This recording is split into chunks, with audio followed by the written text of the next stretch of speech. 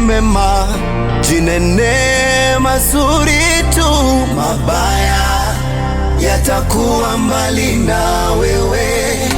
Uwatende mema, usiwalipe ubaya, na mbegu njema utavuna kwa majira yake.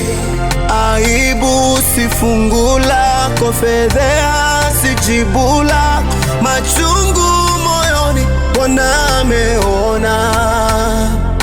Ufukara si fungu lako, mateso si fungu lako, mauti yote Bwana amelipa.